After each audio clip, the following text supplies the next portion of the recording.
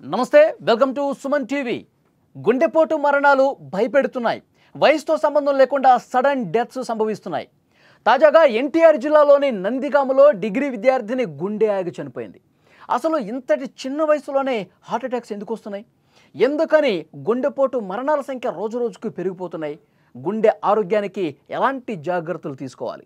ఈ విషయాల గురించి చర్చిద్దాం. ప్రస్తుతం లైవ్లో జాయిన్ అయ్యారు chairman ethics committee clinical research and trials doctor Vijayabhaskar గారు. వారితో మాట్లాడదాం. సార్ నమస్కారం. నమస్కారం. విజయభాస్కర్ గారు, ఎన్టీఆర్ జిల్లా నందిగామలో సార్ డిగ్రీ విద్యార్థిని కాలేజ్కి వెళ్ళింది. కాలేజీ నుంచి ఇంటికి వస్తుంటే ఫ్రెండ్స్తో మాట్లాడుకుంటూ రోడ్డు మీద నడుచుకుంటూ వస్తున్న సమయంలో ఒక్కసారిగా కుప్పకూలి చనిపోయింది సార్. చాలా బాధాకరమైనటువంటి విషయం. అంటే టీనేజ్ పిల్లలు కూడా గుండెపోటుతో చనిపోతున్నారు. అసలు ఏమి అర్థం కాని పరిస్థితి. గతంలో కూడా మనం చాలా వీడియోలు చూసాం సార్. ఒక స్టేజ్ మీద డ్యాన్స్ వేస్తూ ఒక మహిళ చనిపోయింది. తర్వాత క్రికెట్ ఆడుతూ ఒక అబ్బాయి చనిపోయాడు. చిన్న పిల్లలు చచ్చిపోతూ ఉన్నారు సార్. ఎందుకు ఇంత సడన్గా హార్ట్ స్ట్రోక్తో హార్ట్ అటాక్స్తో చనిపోతున్న పరిస్థితి ఉంది? ఏమంటారు సార్? మనము కోవిడ్ కు ముందు, కోవిడ్ తర్వాత చాలా వ్యత్యాసం కనబడుతున్నాయండి. కోవిడ్ తర్వాత మనం ఎక్కువగా చిన్నపిల్లల్లో హార్ట్ అటాక్ డెత్స్ అనేది కామన్ గా, ఎందుకో అన్కామన్ అయినా కామన్ గా చూస్తా ఉన్నాం. ఇది ఈవెన్ 13-year-old గర్ల్ అమ్మాయి కార్డియాక్ అరెస్ట్ అయి చనిపోవడం ఇదివరకు లాగా ఇప్పుడు లేదండి. పోస్ట్ కోవిడ్ లో కుడ్ బి బికాస్ మా స్టడీ ప్రకారం చూస్తే ఈ కోవిడ్ యొక్క వైరస్ యొక్క రెమినెంట్స్ ఏవైతే ఉంటాయో అవి లంగ్స్ నుంచి గుండెకు పోయి అవి ఇన్ఫ్లేమ్ చేసి ఇట్లాంటి స్ట్రోక్స్ వస్తున్నట్టుగా మనకు ఒక భావన జరుగుతుంది. దీని మీద ఇంకా క్లినికల్ రీసెర్చ్ జరుగుతూ ఉంది. But still at to confirm. But overall గా చూస్తే చిల్డ్రన్స్ లలో ఈ మధ్య కాలంలో మనం మల్టిపుల్ కార్డియాక్ డిజీజెస్ చూస్తున్నాం. అందులో కంజెనిటల్ హార్ట్ డిజీజ్ అనుకోండి, లేకపోతే అరిథ్మియాస్ అనుకోండి, లేకపోతే కార్డియోమయోపతి అంటే కండరాల పుంజుకోవడం, లావుగా అవడం అనుకోండి. ఇట్లా కార్డియాటిస్ అంటే ఇన్ఫెక్షన్స్ వలన ఇన్ఫ్లేమ్ అయి ఇట్లాంటి కార్డియాక్ అరెస్ట్ కావడం. యూజువల్ గా మనకు ఇదివరకు కార్డియాక్ అటాక్స్ అనేది ఎక్కువగా ఉంటది. స్ట్రోక్స్ అంటాం. అంటే మనకు గుండెకు 4 గదులు ఉంటాయి. దాని చుట్టూ కండరాలు ఉంటాయి. కండరాలకు 3 రక్తనాళాలు రక్తం సప్లై చేస్తుంది. సో ఎప్పుడు నిరంతరం 24/7 మనకు గుండె రక్తనాళాలు రక్తం సప్లై చేస్తే మజిల్స్ ఆడుతుంటాయి. అంటే మజిల్స్ కొట్టుకుంటాయి. అంటే గుండెని కాంట్రాక్ట్ చేస్తూ ఉంటాయి.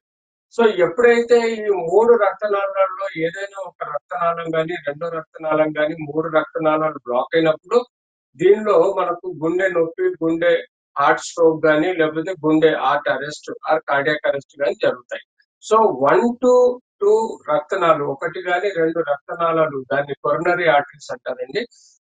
యూజువల్ గా ఫ్యాట్ వల్ల గానీ, లేకపోతే మనము కొవ్వు గానీ, లేకపోతే టిష్యూ గానీ పేరుకుపోయినప్పుడు అడల్ట్స్ లలో ఎక్కువగా మనం చూస్తుంటాం. స్మోకింగ్ వల్ల గానీ, లేకపోతే diabetes, hyper tension, alcohol, junk food, stress, ఇవన్నీ కారణాల వల్ల యూజువల్ గా అడల్ట్స్ లో మనం ఎక్కువగా పెద్దవాళ్ళలో ఎక్కువగా స్ట్రోక్ చూస్తూ ఉంటాం. స్ట్రోక్ వస్తే కొంత సమయాన్ని ఇస్తుంది అది కాపాడుకోవడానికి. కానీ అదే 3 రక్తనాళాలు ఒకేసారి బ్లాక్ అయితే అది కార్డియాక్ అరెస్ట్ లో దారితీసి సడన్ డెత్ అవుతుంది. అది ఈ మధ్య కాలంలో మనం చూసాము. రాజ్ కుమార్ హీరో గానీ, లేకపోతే గౌతమ్ రెడ్డి మినిస్టర్ గానీ, తారక రత్న హీరో గానీ, ఈవెన్ అబ్దుల్ కలాం లాంటి వ్యక్తులు కూడా డాష్ మీద మాట్లాడుతూ సడన్ గా కొలాప్స్ అవడం, చనిపోవడం చూసాం. కానీ విచిత్రంగా ఏంటంటే ఇప్పుడు చిన్న పిల్లల్లో ఇలాంటి మరణాలు రెగ్యులర్ గా మనం చూస్తున్నాం. అసలు చిన్న పిల్లల్లో బేసిక్ గా ఎలాంటి కోమార్బిడ్ డిసీజెస్ ఉండవు. బీపీ, షుగర్ గానీ ఏవి ఉండవు. ఎలాంటి మన చిన్న పిల్లలలో అడల్టరేట్ ఫుడ్ గానీ, లేకపోతే జంక్ ఫుడ్ గానీ, లేకపోతే స్మోక్, ఆల్కహాల్స్ గానీ ఇలాంటి ఏ బ్యాడ్ హ్యాబిట్స్ ఉండవు. అయినా కూడా చిన్న పిల్లల్లో ఇలా స్ట్రోక్ వస్తుంది. అందులో పోస్ట్ కోవిడ్ తర్వాత మనం ఎక్కువగా ఈ మరణాలు చూస్తున్నామంటే ప్రస్తుతము ఒకటి అనుకోవచ్చు, could be because of the virus యొక్క రెమినెంట్ ఏదైతే మైక్రో క్లాట్స్ ఉంటాయో అవి ఊపిరితిత్తులలో, గుండెలో పేరుకుపోయి క్రమేణా ఇలా బ్లాక్ ఏర్పడి 3 రక్తనాళాల్లో బ్లాక్ ఏర్పడి సడన్ గా కార్డియాక్ అరెస్ట్ అవుతున్నట్టుగా మనం గుర్తించడం. ముఖ్యంగా కార్డియాక్ అరెస్ట్ లో మనం ఎక్కువగా షార్ట్నెస్ ఆఫ్ బ్రీతింగ్, ఆయాసం రావడం. ఆయాసంతో పాటు ఛాతీ నొప్పి సడన్ గా రావడం, దాంతో పాటు నాజియా, వామిటింగ్ రావడం, అంతేకాకుండా యాంగ్జైటీ ఫీల్ అవ్వడం, స్వెట్టింగ్, డిజీనెస్ రావడం, ఇలాంటి మనం లక్షణాలు పిల్లల్లో గాని పెద్దవాళ్ళలో చూస్తాం. కానీ ఈ కార్డియాక్ అరెస్ట్ అనేది మనకు సడన్ గా వస్తుంది, సమయం కూడా ఇవ్వటం లేదు. సడన్ గా స్వెట్టింగ్ వచ్చి కింద కూలిపోవడం, కింద పడిపోవడం, ఆ చైర్ లో కూలిపోవడం, చైర్ లో పడిపోవడం, అట్లా సడన్ గా డెత్ అయిపోవడం అనేది మనం ఈ మధ్య కాలంలో కార్డియాక్ అరెస్ట్ అనేది చూస్తున్నాం. కార్డియాక్ స్ట్రోక్స్ కన్నా కార్డియాక్ అరెస్ట్‌లే ఎక్కువగా చూస్తున్నాం. వీటిని దరిమిలా మనం కార్డియాక్ అసోసియేషన్, కార్డియాలజిస్ట్ అసోసియేషన్ కూడా తీవ్రంగా దీని మీద వర్కౌట్ చేస్తుంది. అన్నీ అసలు కూడా ఏంటి పోస్ట్ కోవిడ్ తర్వాత వచ్చింది దానిగా చూడాల్సిన అవసరం ఉందా? మీరు ఇంతకుముందు అన్నారు వైరస్ ఏదైతే ఆ ఆనవాళ్ళు ఉన్నాయో దాని వల్లనే కారణం కావచ్చు అన్నారు. అది నిజం అనుకోవచ్చా రెండిట్లో సార్? డిఫరెన్స్ ఏం లేదండి. వైరస్ ఆనవాళ్ళు అనుకోండి, పోస్ట్ కోవిడ్ లో కోవిడ్ వైరస్ వల్ల రెమినెంట్ మైక్రో క్లాట్స్ ఏమైనా ఏర్పడి ఉండుంటే, ఊపిరితిత్తులలో, గుండె రక్తనాళాల్లో ఏర్పడి ఉండుంటే, మోస్ట్ ప్రాబబ్లీ వాటి యొక్క ఇన్ఫ్లమేటరీ రియాక్షన్ వలన మనకి ఇలాంటి కార్డియాక్ అరెస్ట్ వస్తున్నట్టుగా భావించడం జరుగుతుంది. సో ఏదేమైనా సపోజ్ మనకు కార్డియాక్ స్ట్రోక్ అంటే సమయం ఇస్తుంది. అది మనం ఈ లోపల హాస్పిటల్ తీసుకోగలుగుతాం. ఇవ్వాల్సిన ఇంజెక్షన్స్, స్ట్రెప్టోకైనస్ గాని ఏదైనా ఇంపార్టెంట్ ఇంజెక్షన్స్ ఇవ్వగలిగితే, ఆ క్లాట్ ని డిజాల్వ్ చేసే ఇంజెక్షన్ ఇవ్వగలిగితే బతికించుకోగలుగుతాం. కానీ ఇక్కడ అలా పరిస్థితులు లేవు. మనకు ఎంతో మంది సెలబ్రిటీస్ గాని, లేకపోతే ఈ మధ్య కాలంలో ఎక్కువ మంది చనిపోవడం జరుగుతుంది. ఇలాంటి కండిషన్స్ నివారించాలి అంటే ఈరోజు ప్రభుత్వం గాని, పేరెంట్స్ గాని, లేకపోతే ప్రివెంట్ హెల్త్ సిస్టమ్స్ గాని, లేకపోతే పబ్లిక్ హెల్త్ సిస్టమ్ గాని దీని యొక్క అవేర్‌నెస్ ఇంక్రీజ్ చేయాలి. అంతేకాకుండా ప్రీ మెడికల్ టెస్ట్‌లు కూడా ఎక్కువగా కార్డియాక్ టెస్ట్‌లు కూడా చేయాల్సిన అవసరం ఉంది. ప్రీ మెడికల్ టెస్ట్‌లు అంటే మనం టెక్నికల్‌గా ఈ యొక్క క్లాటింగ్ ఫ్యాక్టర్స్ గాని, లేకపోతే మనకు ఈ ఎక్కడైతే మనకు పేరుకుపోయి రక్తనాళాలు బ్లాక్ అయితున్నాయో, జామ్ అయితున్నాయో దీనికి కారణం తెలుసుకోవడానికి మనకి వేరియస్ కార్డియాక్ టెస్ట్‌లు ఉంటాయి. వాటి తద్వారా తెలుసుకోవడం అనేది మోస్ట్ ఇంపార్టెంట్. అంతేకాకుండా సార్ ఇప్పుడు ఏమన్నా ప్రివెన్షన్ సిమ్టమ్స్ ఏమన్నా కనిపించే అవకాశం ఉందా సార్? ఇప్పుడు పిల్లలు చచ్చిపోతా ఉన్నారు. టీనేజ్‌లో వాళ్ళు ఆల్ ఆఫ్ సడన్ కుప్పకూలి ఇందాక చచ్చిపోతూ ఉన్నారు. చెప్పినట్టుగా ఈ సింప్టమ్స్ మనం చూసుకోవాలండి. ఆయాసం రావడం, shortness of breathing, chest pain sudden గా రావడం, నాజియా, వామిటింగ్ అవ్వడం, యాంగ్జైటీ ఫీల్ అవ్వడము, స్వెట్టింగ్ రావడము, డిజీనెస్ రావడం. ఇలాంటి సింప్టమ్స్ మనం కామన్ గా ఎనీ కార్డియాక్ ప్రాబ్లమ్స్ మనం చూస్తూ ఉంటాం. కానీ కార్డియాక్ అరెస్ట్ లో మనకు అంత టైం ఇవ్వదు. అది సడెన్ గా ఏర్పడి సడెన్ గా కొలాప్స్ అయ్యి సడెన్ గా చనిపోవడం జరుగుతుంది.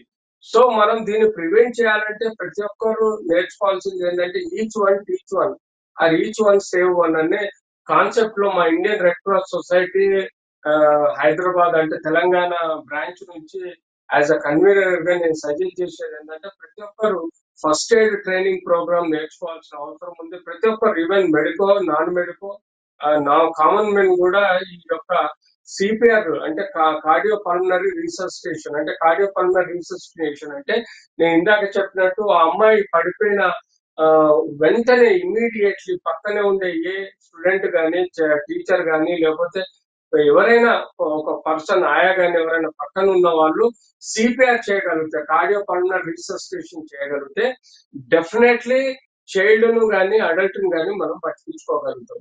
సిపిఆర్ అంటే కార్డియో అంటే హార్ట్ అండి, పల్మనరీ అంటే లంగ్. ఈ రెండింటిని రిట్రీవ్ చేయడం, రికవరీ చేసే రీసస్టేషన్ ప్రొసీజరే సిపిఆర్ ప్రొసీజర్ అంటాము.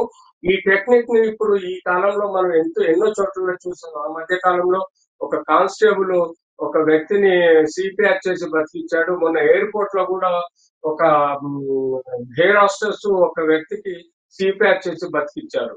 సో ఇలా మనం సిపిఆర్ అనే ట్రైనింగ్ ప్రోగ్రామ్ అందరికి, ప్రతి ఒక్కరికి కాలేజీలలో, స్కూళ్ళల్లో, ఇళ్లలో, పేరెంట్స్ పిల్లలకి, అంతేకాకుండా ఇంట్లో ఉన్న ముసలి వాళ్ళకు ప్రతి ఒక్కరు each one teach one, each one save అనే ఒక కాన్సెప్ట్ మోటో ద్వారా మనం నిజంగా వాళ్ళని బతికించుకోగలుగుతాము.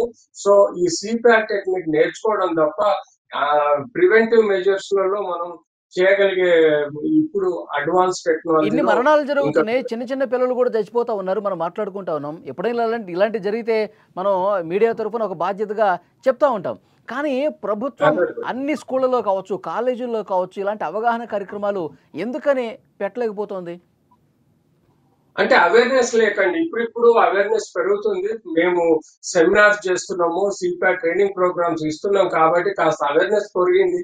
కానీ ఈవెన్ దో చూడండి, అబ్దుల్ కలాం లాంటి మాజీ ప్రెసిడెంట్స్ కూడా సిపిఆర్ ఇయ్యలేని పరిస్థితిలో ఉన్నామంటే ఎంత అవేర్‌నెస్ తక్కువుంది అన్నది చూడండి. సో, టెక్నికల్‌గా మనం చూస్తే పబ్లిక్ హెల్త్ డిపార్ట్‌మెంట్ యొక్క ప్రైమరీ రెస్పాన్సిబిలిటీ. అంతేకాకుండా మేము ఇండియన్ రెడ్ క్రాస్ సొసైటీ ద్వారా కూడా as a chairman CPR first aid training program నేను every day I'm organizing the programs. అలాంటి programs governments, NGOs, public health systems అందరూ గేరప్ చేసి ప్రతి ఒక్కరికి మనము నేర్పగలిగితే సో డెఫినెట్లీ మనం రావాల్సిన అవసరం ఉంది. అట్లీస్ట్ ఎందుకంటే ఎమర్జెన్సీ ఎవరన్నా పడిపోతే వెంటనే అంబులెన్స్‌కి ఫోన్ చేసి అంబులెన్స్ వచ్చే వరకు వెయిట్ చేస్తూనే టైం ఉంటారు. టైం ఇవ్వాలండి. అంబులెన్స్ వచ్చేటప్పుడు టైం పడుతుంది. మనం 3 నిమిషాల్లో రివైవ్ చేయగలిగితేనే మనిషి బతకగలుగుతాడు. 3 నిమిషాలు దాటితే ఆ వ్యక్తిని బతికేయలేం. So, any resuscitation within 3 months 3 hours లో చేయగలుగుతాం. 3 మినిట్స్ లో 3 మినిట్స్ లో మనం చేయగలిగితే డెఫినెట్లీ బ్రెయిన్‌కు రికవరీ ఫాస్ట్‌గా ఉంటుంది. అట్లే హార్ట్, లంగ్ కూడా రికవరీ బాగుంటుంది. సో, వితిన్ 3 మినిట్స్ లో చేయగలిగే రిససిటేషనే గోల్డెన్ మినిట్స్ గా భావించడం జరుగుతుంది. ఆ గోల్డెన్ మినిట్స్ లో మనం ఆ వ్యక్తిని కాపాడే ప్రయత్నం చేయాలి. ఓకే. అంటే సార్ ఇప్పుడు టెస్ట్‌లు రెగ్యులర్‌గా చేయించుకోవటం బెటర్ అంటారా? ఎందుకంటే ఎప్పుడు ఎవరు అబ్సల్యూట్లీ అండి. హ్మ్. అబ్సల్యూట్లీ ఎవాల్యుయేషన్ అనేది డయాబెటిక్, హైపర్ టెన్షన్, ఇతరత్ర ఏమైనా కిడ్నీ డిసీజ్ గాని, లివర్ డిసీజెస్ గాని, ఇక ఇతరత్ర ఆంకాలజీ అంటే క్యాన్సర్ డిసీజెస్ గాని ఉన్నవాళ్ళు వీళ్ళు రెగ్యులర్ గా రీసెంట్ వైరస్ ఎఫెక్ట్ అయిన వాళ్ళు గాని డెఫినెట్లీ వాళ్ళు కార్డియాక్ టెస్ట్ అనేది బేసిక్ ఈసీజీ, ట్రెడ్మిల్, లేకపోతే 2D ఎకో, లిథియం స్కాన్, లేకపోతే CT angio or conventional angio గాని ఏదైనా ఒక కంటిన్యూస్ మెజర్ లో ఒక టెస్ట్ అనేది చేసుకోవాలి. చేసుకొని తప్పని పరిస్థితుల్లో ఎవాల్యుయేట్ చేసుకోవాలి. అబోవ్ 40 ఏజ్ వాళ్ళకైతే ఇది కంపల్సరీ అయిపోయిందండి. బిలో 40 వాళ్ళకు కంప్లైంట్స్ ప్రకారం మనం తీసుకోవాలి. ఈ చిల్డ్రన్ లో అరిథ్మియాస్ అని ఉంటాయి, కార్డియోమయోపతి ఉంటది, కార్డైటిస్ అని ఉంటది, కంజైటల్ డిసీజెస్ ఉంటాయి. ఇట్లాంటి ఎన్నో పర్టికులర్ డిసీజెస్ చిల్డ్రన్స్ లో కూడా వేరియబుల్ గా ఉంటుంది కాబట్టి చిల్డ్రన్స్ లో ఏమాత్రం ప్రాబ్లం ఉన్నా కూడా పెడియాట్రిషియన్ గానీ పెడియాట్రిక్ కార్డియాలజిస్ట్ గానీ కలిసి ఎవాల్యుయేట్ చేసుకోవడం చాలా important to rule out congenital disorders గానీ, కార్డియోమయోపతి గానీ, కార్డైటిస్ గానీ, లేకపోతే ఈ అరిథ్మియాస్ లాంటి సమస్యలు ఉన్నప్పుడు చిల్డ్రన్స్ కూడా కార్డియాలజిస్ట్ దగ్గర ఎవాల్యుయేట్ చేసుకోవాల్సిన నెసెసరీ ఈ కాలంలో ఉంది. ఎందుకంటే పోస్ట్ కోవిడ్ ఈ యొక్క కార్డియాక్ అరెస్టులు అనేటివి మనం కామన్ గా చూస్తున్నాం కాబట్టి. అంటే సార్ ఇప్పుడు జీవనశైలిని ఎట్లా మార్చుకోవాలి సార్? ఇప్పుడు పూర్తిగా మారిపోయింది గదా! ఒబేసిటీ ఎక్కువైపోయిందండి. Obesity because of the junk food అనుకోండి, ఓవర్ ఈటింగ్ అనుకోండి, ఇలాంటి హ్యాబిట్స్, చాక్లెట్స్, జంక్ ఫుడ్ ఇవన్నీ అంటే కార్బ్స్ ఎక్కువ తినడము, ఒబేసిటీ పెరగడం చిల్డ్రన్స్ లలో ఇట్లాంటి సమస్యలు ఉన్నప్పుడు అవాయిడ్ చేయడం better. So they should be balanced nutrition parents ఇవ్వాల్సిన అవసరం ఉంటుంది. ఒబేసిటీ కారణం తెలుసుకోవాల్సిన అవసరం ఉంటది. ప్రిఫరబ్లీ చిల్డ్రన్స్ లో ముద్దుగా బొజ్జుగా ఉండాలని చెప్పి అతిగా తినిపించే పేరెంట్స్ ఉంటారు. అది అవాయిడ్ చేసి ప్రిఫరబ్లీ వీలైనంత వరకు బ్యాలెన్స్డ్ న్యూట్రిషన్, హైట్ ప్రకారం వెయిట్ మెయింటైన్ చేసే విధంగా చిల్డ్రన్స్ పెంచుతూ ఉండాలి. Avoid the junk foods which అంటే ఆయిలీ ఫుడ్స్ కానీ, లేకపోతే కార్బ్స్ ఎక్కువగా ఉన్న బ్రెడ్, రైస్ ఎక్కువగా కంటెంట్ ఉండే ఫుడ్స్ కానీ, లేదా పిండి వంటల్లో ఎక్కువగా ఆయిల్ వాడటం కానీ, ఇలాంటి ఎక్కువగా తీసుకోవటం వల్ల కూడా మనకు ఇట్లాంటి ఎక్కువగా ఫ్యాట్ ఆయిల్స్ తీసుకోవటం వల్ల కూడా చిల్డ్రన్స్ లో ఎక్కువగా ఒబేసిటీ రావడం, తద్వారా ఇట్లాంటి కార్డియాక్ ఇష్యూస్ కూడా వచ్చే ఆస్కారం కూడా ఉంటుంది. సార్ ఇంకొకటి మానసిక ఒత్తిడి గూడా చాలామంది వర్క్ స్ట్రెస్ ఫీల్ అవుతా ఉంటారు. ఇది గూడా ఏమన్నా గుండె మీద భారం పెరిగే స్ట్రెస్‌ఫుల్ అవకాశం ఉందా? కారణం అనేది ఓన్లీ అడల్ట్స్ లో ఎక్కువగా ఉంటుంది. చిల్డ్రన్స్ కన్నా అడల్ట్స్ లో diabetes, hyper tension, stress induced diabetes, hyper tension increase అయ్యి అవి యూజువల్ గా ఇట్లాంటి కార్డియాక్ ఇష్యూస్ కు దారి తీస్తుందండి. బట్ చిల్డ్రన్స్ లో యూజువల్ గా diabetes, hyper tension very rare గా చూస్తాం. సర్టన్ కంజెంటల్ డిజార్డర్స్ లో చూస్తాం, హార్ట్ డిసీజ్ లో చూస్తాం, లేకపోతే మనము జోనైల్ డయాబెటీస్ అని ఉంటుంది. పుట్టుకతోట మనకు షుగర్ బీమారి ఉంటుంది. ఇట్లాంటి చిల్డ్రన్స్ లో ఒబేసిటీ వచ్చి అన్యూజువల్ డైట్స్ ఉండి స్ట్రెస్ ఉంటే కూడా మనం చిల్డ్రన్స్ లో చూస్తాం. కానీ స్ట్రెస్ ఎక్కువగా అడల్ట్స్ రిలేటెడ్ కార్డియాక్ డిసీజ్ మీద ఎఫెక్ట్ అవుతుంది.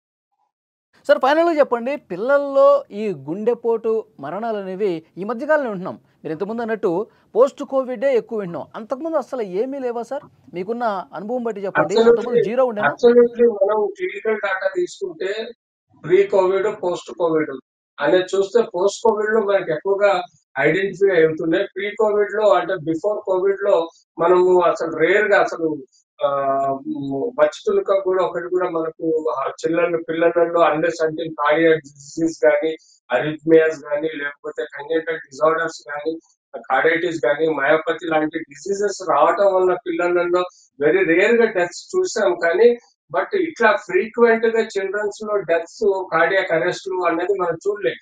అంతకుముందు బిఫోర్ కోవిడ్ హార్ట్ ప్రాబ్లమ్స్ వచ్చినా మనకు చెప్పేటివి కొన్ని సిమ్టమ్స్, సైన్స్ కనబడి చిల్డ్రన్ ఎక్కువగా ఐడెంటిఫై అయ్యి వాటిని ఫర్దర్ గా ట్రీట్ చేయగలిగాం. కంజెంటల్ డిజార్డర్స్ కానీ, లేకపోతే ఇతర మయోకార్డైటిస్ కానీ. కానీ ఈ కాలంలో మనం సడన్ కార్డియాక్ అరెస్ట్ అవ్వడం కూడా కొంత మనకు కోవిడ్ వైరస్ యొక్క రెమినెంట్ ఎఫెక్ట్ అన్నది కొంత డౌట్ గా కూడా మనకు తెలుస్తుంది.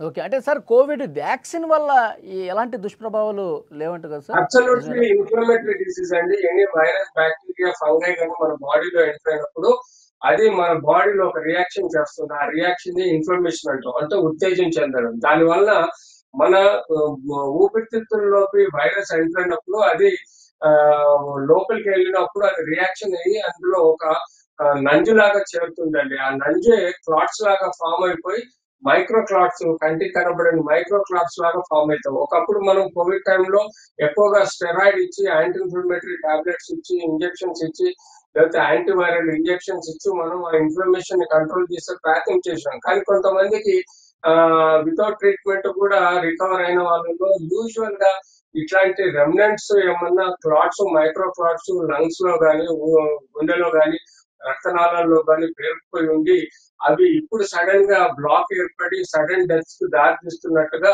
ఒక క్లినికల్ స్టడీ మాకు తెలిసింది. బట్ స్టిల్ ఇది ఇంతవరకు ఇంకా ఎక్కువగా ఎవాల్యుయేట్ చేయాల్సిన అవసరం కూడా ఉంది. యాహ్! Okay sir. విజయభాస్కర్ గారు మంచి ఇన్ఫర్మేషన్ ఇచ్చారు. Thank you very much sir. అది పిల్లల్లో గుండెపోటు మరణాలు ఎక్కువగా జరుగుతున్నాయి. ఈ మధ్యకాలంలో మనం వింటున్నాం. పోస్ట్ కోవిడే ఇవి ఎక్కువగా చూస్తున్నాం అని చెప్తున్నారు. సో అయితే అవేర్నెస్ అనేది చాలా ముఖ్యమని చెప్తున్నారు డాక్టర్ విజయభాస్కర్ గారు. ఎందుకంటే ప్రతి చోట కూడా సిపిఆర్ పట్ల అవగాహన ఉండాలి. ఎవరైనా ఈ విధంగా కుప్పకూలిపోతే వెంటనే వాళ్ళకి సిపిఆర్ చేసేటువంటి ఆ టెక్నిక్ అందరూ నేర్చుకోవాల్సినటువంటి అవసరం అని చెప్తున్నారు. ఎందుకంటే అంబులెన్స్కి ఫోన్ చేయటం, అది రావటం, గంటల పాటు వెయిట్ చేసి చూస్తే పేషెంట్ మనకి అందకుండా పోయే అవకాశం ఉంది. కాబట్టి డెఫినెట్గా సిపిఆర్ నేర్చుకోవాలి. అలాగే ప్రభుత్వం కూడా దీని మీద ప్రత్యేక దృష్టి పెట్టాల్సినటువంటి అవసరం ఉందని ఆయన చాలా బలంగా చెప్తున్నటువంటి పరిస్థితి ఉంది.